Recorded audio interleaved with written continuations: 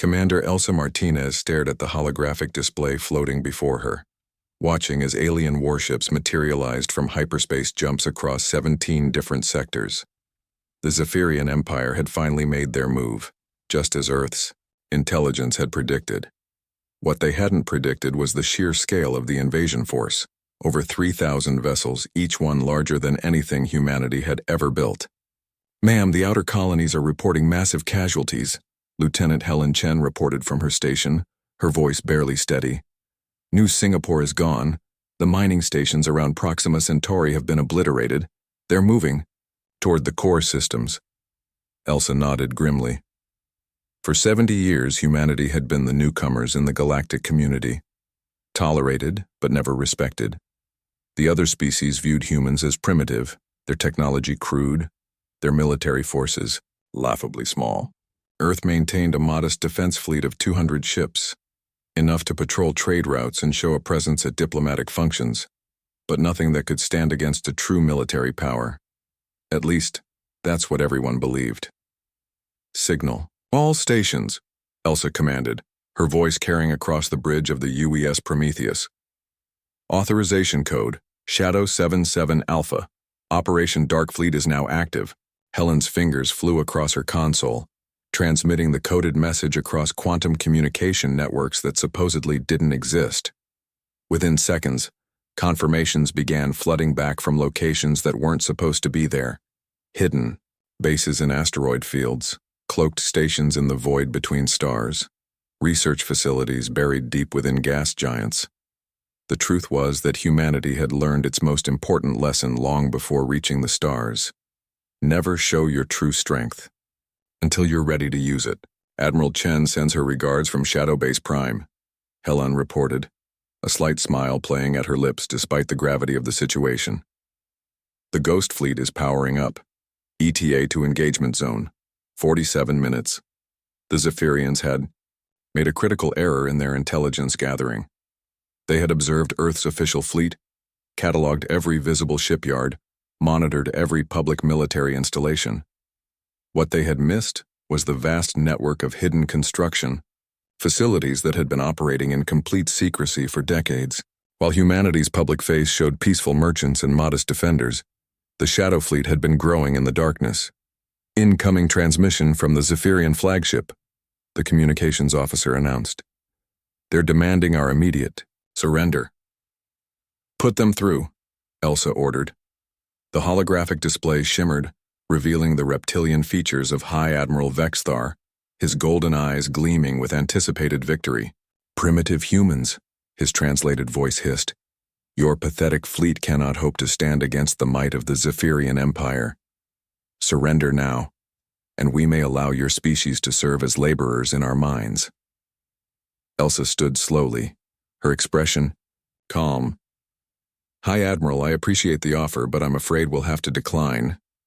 Foolish creature, we have analyzed your capabilities. 3,000 of our warships against your mere 200. Your defeat is mathematically certain." "You're absolutely right about the math," Elsa replied, her voice carrying a dangerous edge. "But I think you might have miscounted." She gestured to Helen, who activated the long-range sensors.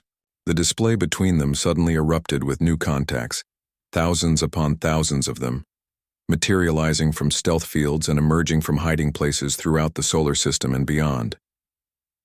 The first wave consisted of ships unlike anything the galaxy had seen before. Where alien vessels favored elegant curves and artistic flourishes, human engineering embraced brutal efficiency. The newcomers were angular, heavily armored, bristling with weapons that human ingenuity had perfected in secret. Point defense systems that could track and destroy thousands of incoming projectiles simultaneously. Energy weapons that drew power from miniaturized stellar cores.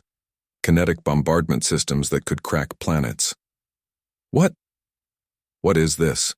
Vexithar sputtered, his golden eyes wide with disbelief. "This," Elsa said quietly, "is what happens when you underestimate a species that spent 10,000 years perfecting the art of warfare before they ever left their home planet."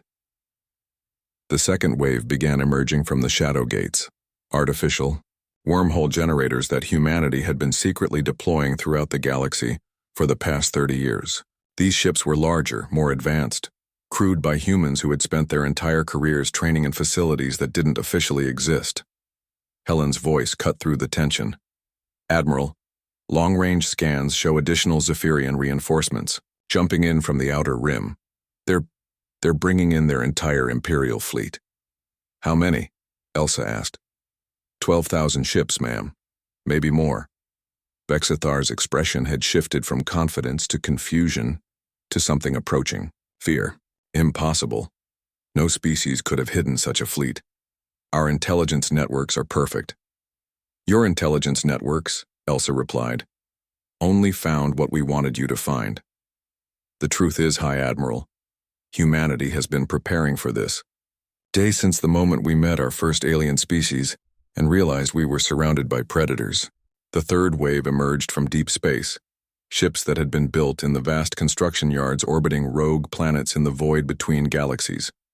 These were the true monsters of humanity's hidden arsenal, dreadnoughts larger than space stations, carrying enough firepower to sterilize entire star systems.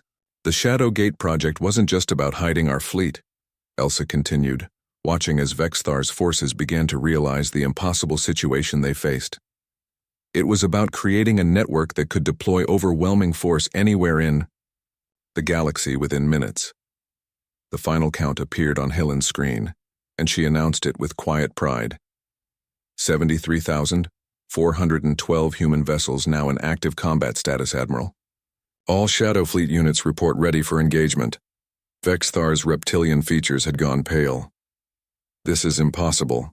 No species builds in such numbers. No species hides such capabilities." "You're right," Elsa acknowledged. "No alien species would do what we've done, but you forgot something important about humans, High Admiral. We're not like other species. We don't just prepare for war.